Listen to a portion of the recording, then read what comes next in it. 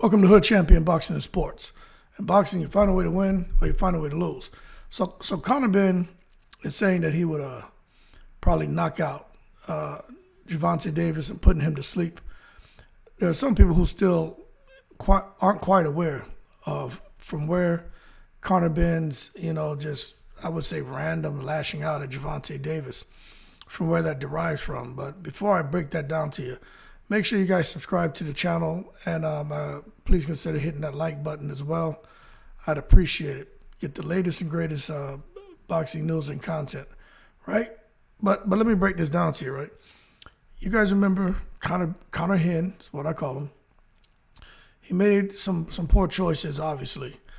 Had the whole issue with VADA, UCAD, clomiphene, right? Illegal substances in his system. Anyway, Gervonta Davis came out, and he was pretty critical of the way the Matchroom boss, Eddie Hearn, handled Conor Benn's failed drug tests.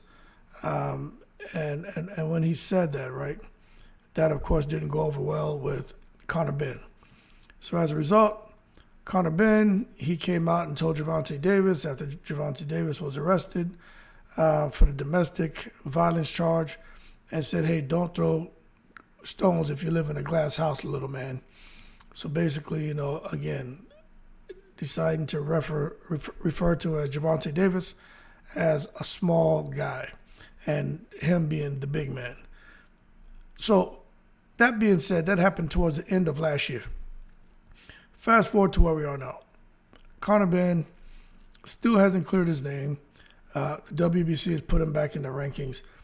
Eddie Hearn is doing his part. We all know if Eddie Hearn is with you, he's with you.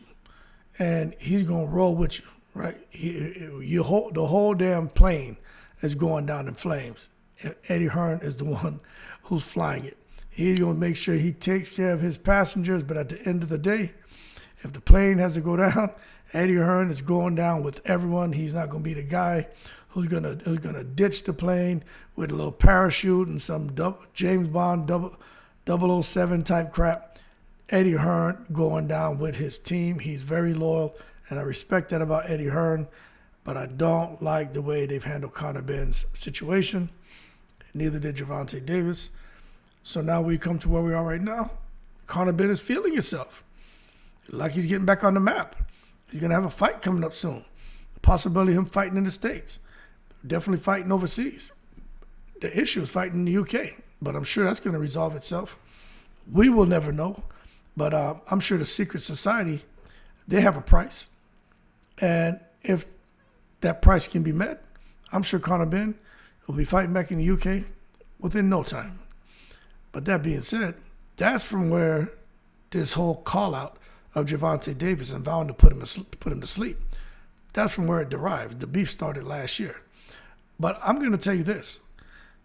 When we really look at it, how realistic is it to have Conor Benn and Gervonta Davis fight? I'm going to tell you right now, it's very realistic.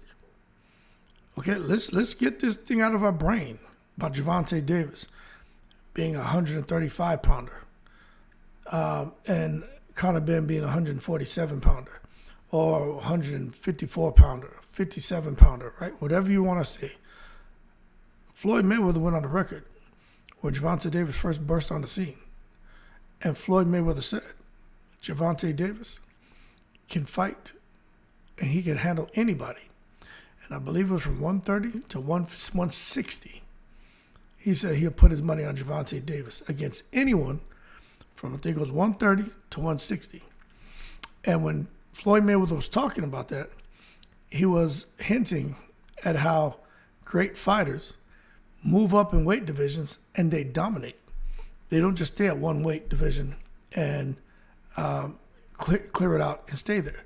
They're able to move up and win championships and continue to just show how superior they are to their competition. Now, when it comes to Gervonta Davis, he's shown us what he can do at 130, at 135, and whether we like it or not, he did show us what he could do at 140 against Barrios. Although there was the rehydration clause in there, we don't know what exactly, what weight Barrios couldn't go above. But we've just now learned that there was a rehydration clause that we didn't know about. But I gotta give my opinion on that, right? You know, I'm kind of old school way of thinking, and I'm not saying these guys who are A side should be looking to give themselves all advantages possible. If you can get away with things, get away with things. But, you know, I'm kind of from the old school. I do think when you have somebody come down to that moment in time weigh-in to a weight where they really shouldn't be at, I think that puts them at a disadvantage.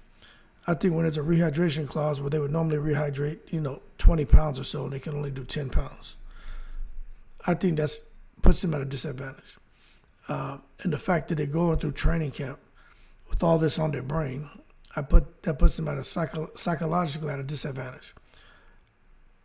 So that being said, it's kind of hard for me to give credit to a fighter who are beating opponents, who are having to come down to a weight they shouldn't be at for that moment in time weigh-in, that have these rehydration clauses, that have to go through camp and psychologically stress themselves out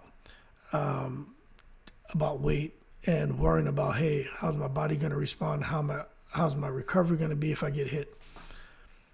To me, just fight a person, whatever weight you agree to it, let them rehydrate, unless there are rules in the sanctioning bodies, especially depending on the belt you're fighting for, that don't allow a fighter to rehydrate more than, 5, 10, 15 pounds. But that being said, Conor Benn and Gervonta Davis, it's very realistic. Okay? If Conor Benn gets down to 147, right? It's my understanding he's not, excuse me, right? He's not killing himself to get to 147, but it's not easy. But for Tank Davis, he fought at 140. Why don't they meet at an Adrian Broner catch weight? 144, 145.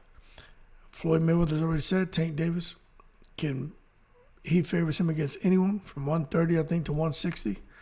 And we do know that Tank Davis, with 16-ounce gloves, knocking out people in sparring, cruiserweights and heavyweights, middleweights, etc. Okay? These are the rumors that are floating around and coming out of sparring sessions. So that being said, if they were able to make a fight between the two, I would have to say that, you know what, I would still favor Gervonta Davis. I just think, as far as skill set wise, Gervonta Davis has proven that he definitely is the more complete fighter. And I just think Conor Benn, he may have some success, but there's only so much of this being super aggressive and rushing forward at Gervonta Davis. That's only going to get you so far. And I truly believe Conor Benn will walk into what every opponent gets hit with in a Gervonta Davis fight, just like the Deontay Wilder fights. The right hand for Wilder, the big left hand for Davis. And Eddie Hearn would probably steer Conor Benn clear of a fight with Gervonta Davis. Let me tell you something.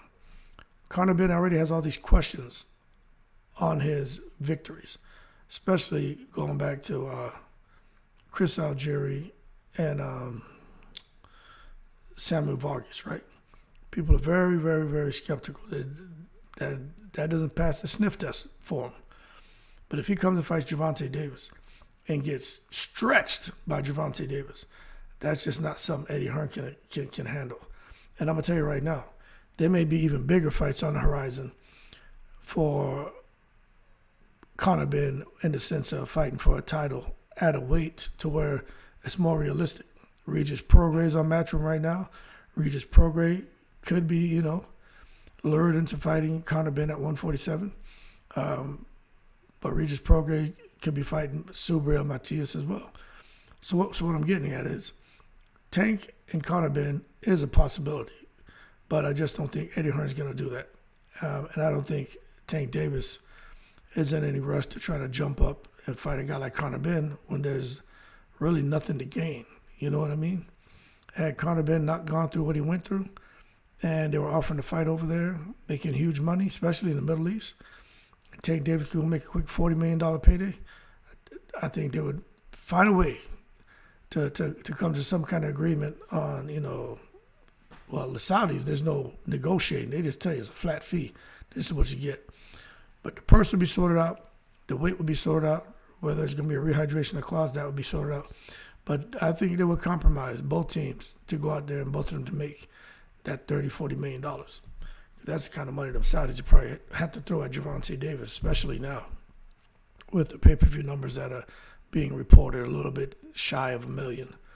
Well, it's ranging from like 800-something thousand to 1.4 million. So who knows, right? But that being said, Conor Benn is trying to, and to me, is trying to keep his name out there. And I guess he's doing what he's supposed to. But I don't think he personally, after the third round, fourth round, I think it'll be all downhill for Conor Benn. I think Tank would figure him out, understand what's going on, and then Tank would pass the assignment. That being said, y'all keep cool. I don't know what Conor Benn's thinking about, but, I learned this a long time ago. Learn to listen a whole lot and talk very little, especially when you have trouble kind of surrounding you. You know what I mean? That's when you want to go quiet. If you could become invisible, become invisible.